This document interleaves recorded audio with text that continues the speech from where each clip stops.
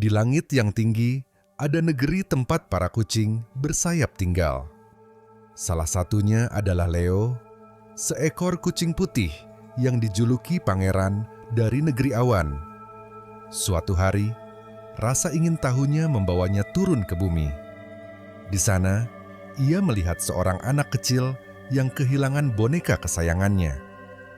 Tanpa ragu, Leo membantu anak itu menemukan bonekanya. Setelah berhasil, Leo terbang kembali ke langit sebelum fajar tiba.